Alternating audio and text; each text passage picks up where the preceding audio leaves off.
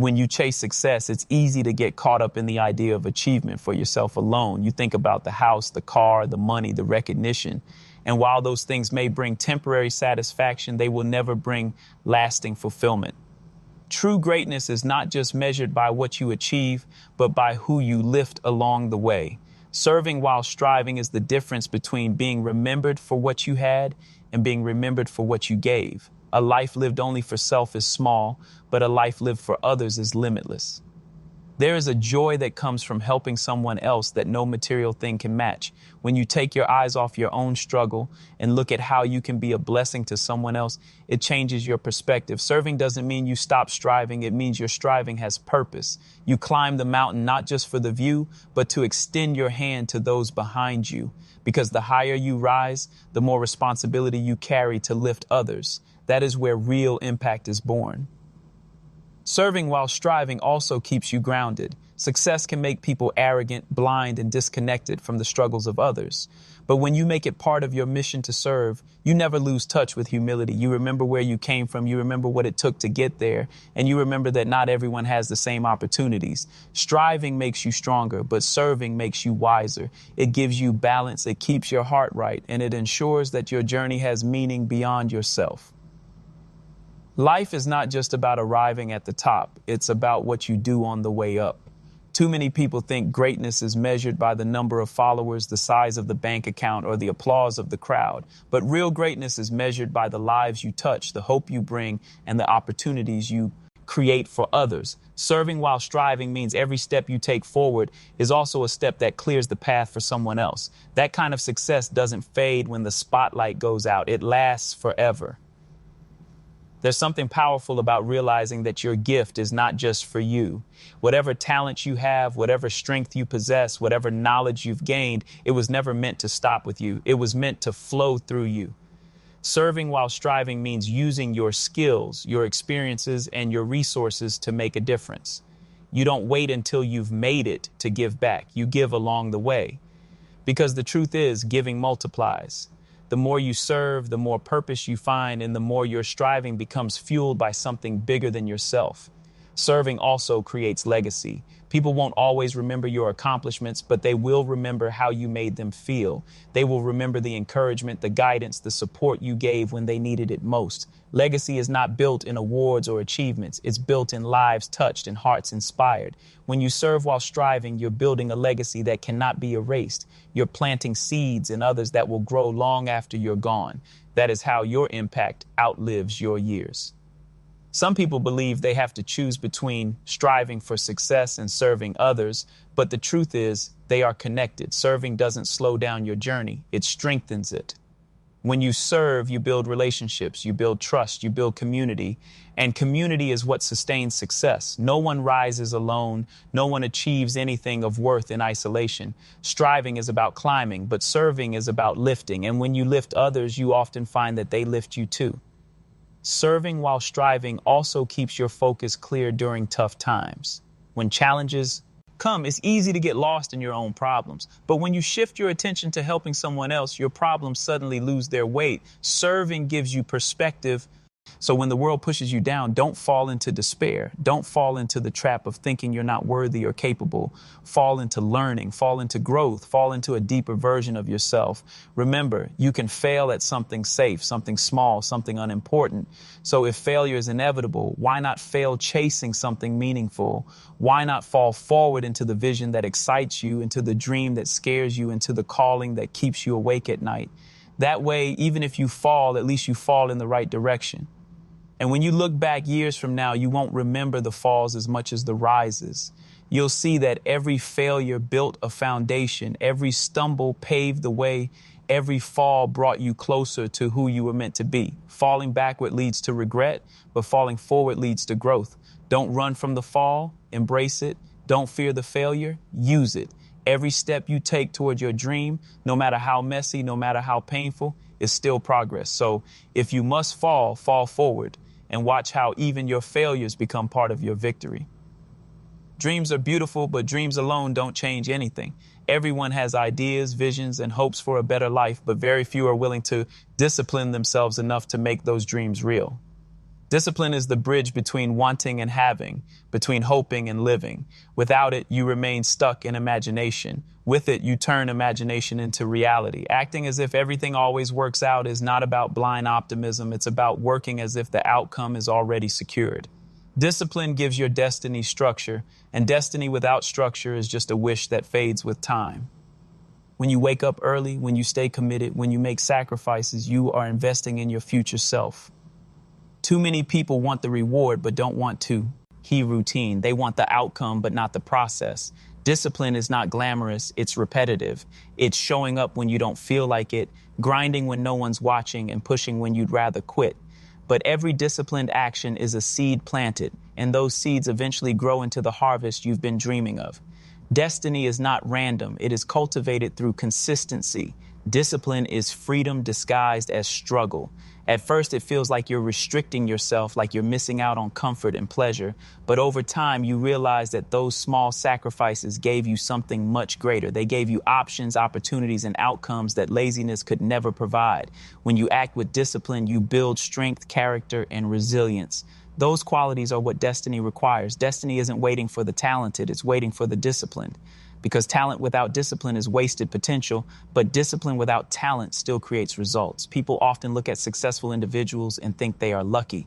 They see the spotlight, but not the shadow work. They see the success, but not the sacrifice. What they don't realize is that destiny is a reward for those who paid the price of discipline. Staying up late to study, waking up early to train, saying no to distractions, and yes to growth. That is the invisible work behind every visible victory. When you fall in love with discipline, destiny starts to fall in love with you. The two cannot be separated. One feeds the other. Discipline is also about self-respect. When you commit to something and keep that commitment, even when it's hard, you prove to yourself that your word matters. That builds confidence. Confidence doesn't come from pretending. It comes from consistency. Every time you follow through, you send yourself a message, I can trust me. And when you trust yourself, you move with more power, more certainty, and more focus. Destiny isn't reached by doubters, it's reached by believers. And belief is born from discipline. You've got to understand that the world responds to your energy. If you carry fear, you attract more fear. If you carry doubt, you find more reasons to doubt. But when you walk with faith, when you act with the certainty that things work out, you radiate strength. People notice it, doors open because of it, and most importantly, you move differently because of it. You're not running away from failure. You're running toward purpose. You're not hiding from challenges. You're embracing them as part of the process. That energy alone shifts outcomes. Every single day, you have a choice. You can feed the fear that tells you to shrink, or you can feed the faith that tells you to rise. The fear will always be there, whispering doubts, pointing at your mistakes, reminding you of your insecurities. But faith is there too, quietly reminding you that everything works out, that there is more in you than you realize, that what's ahead of you is greater than what's behind you. The question is, which voice do you listen to? Which voice do you trust to lead your life? And when it's all said and done, remember this: fear never protected you, it only limited you. But faith has carried you, built you, and guided you through every storm. When you act as if everything always works out, you are choosing to step into the unknown with courage, choosing to face the impossible with confidence, and choosing to believe in something greater than your current situation. That choice doesn't just change your day, it changes your destiny. So live it, walk it, breathe it, act as if everything always works out, and watch how your life begins to align with that truth. Failure has a way of intimidating people. It makes them doubt themselves, question their dreams, and sometimes even give up before they've given their all. But failure is not the end. It's feedback. It's life's way of saying, like, not this. Wait, try another. Too many people fall and stay down. Too many people take a hit and believe it's permanent. But what if you saw failure as a step forward? What if every mistake, every setback, every disappointment was actually a tool shaping you for what's ahead? When you fall, don't fall back into fear, regret, or excuses. Fall forward, fall toward growth, fall toward wisdom. Every person who has achieved greatness has tasted failure. The difference is they didn't let it define them. They used it as fuel. They understood that rejection is protection, that closed doors are redirection, that missed opportunities are preparation. When you fall forward, you're saying, I may be down, but I'm down facing the right direction. That direction is forward, toward improvement, toward resilience, toward destiny. Every stumble you take while moving forward is still progress. Standing still out of fear keeps you stuck. But falling while moving means you're in the fight, and that fight builds strength. Think about it. You can't learn to walk without falling. As a child, you didn't quit when you stumbled. You didn't say, "This isn't for me." You fell, you cried, and then you tried again until you mastered it.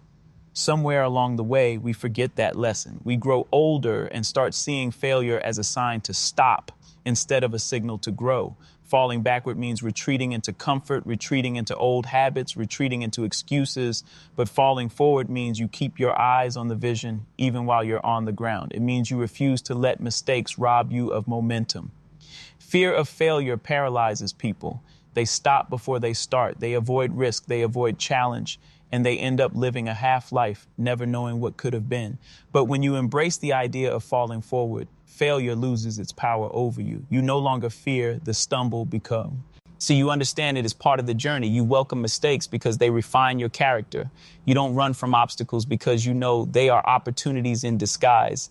When you wake up in the morning, the first thought that often comes into your mind is worry. You think about the bills, the work, the struggles, the unknowns. Fear whispers that you might not be enough, that things might not go right, that today might bring more trouble than triumph.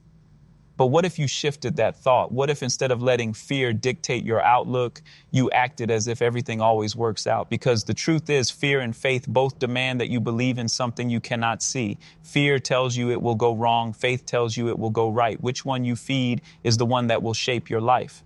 Faith is not about ignoring problems. It is about facing them with a stronger perspective. Life is going to test you, break you, and stretch you. But if you hold the belief that somehow, some way it's going to work in your favor, you step into situations differently. You stand taller. You think clearer. You stop asking, "Why me?" and start asking, "What can I learn?" That mindset changes everything. When you believe the outcome is already secured, you stop wasting energy doubting and start putting energy into doing. And the difference between those two is the difference between staying stuck and moving forward. Most people live in the shadow of fear. They're afraid of failing, afraid of being laughed at, afraid of stepping into unknown territory. But what they don't realize is that fear itself builds walls, and those walls are made of illusions. Nothing is stopping you but your own hesitation. If you act like everything works out, you're not saying life won't throw storms your way. You're saying, "I know the storm is temporary. The clouds don't last forever. The rain eventually clears. And when it does, you'll be standing stronger than before, not because the storm didn't come, but because you chose to walk through it with faith." It's easy to talk about faith when things are going well, when money is flowing, when relationships are smooth, when your health is solid. But the real test is when nothing is working, when doors are slamming shut, when the nights are long and the results seem invisible. That's when acting as if everything works out becomes a decision, not just a feeling. You don't wait for evidence. You create it with your attitude. You keep moving with the conviction that your steps are not wasted, that your effort is not in vain, and that your struggle has a purpose bigger than you can see right now. Think about every time you've been through something that felt like the end, something that broke you, something you thought you wouldn't recover from. Yet here you are, still breathing, still standing, still fighting. That alone is proof that things do work out. They may not work out how you wanted or when you wanted, but they worked out in a way that shaped you, taught you, and prepared you for what's next. If you could survive all that, why doubt now? Why let fear talk louder than your past victories? Every scar you carry is a reminder that you overcame. Faith is action. It is not passive. Acting as if everything always works out doesn't mean you sit and wait for miracles to fall from the sky. It means you wake up with the confidence that your grind matters, that your steps are guided, and that no effort is wasted. You go to work with more energy. You take risks with more courage. You handle challenges with more calm because you're not questioning if it will work. You're operating from the certainty that it already has. That mindset fuels persistence, and persistence always beats resistance. Fear shrinks your imagination. Faith expands it. When you're afraid, you only see obstacles. But when you choose to act like things are aligned in your favor, you begin to see possibilities. That is why some people quit too early. They let fear convince them that the door is locked when all they had to do was push it open. Faith makes you push. Faith makes you knock again, try again.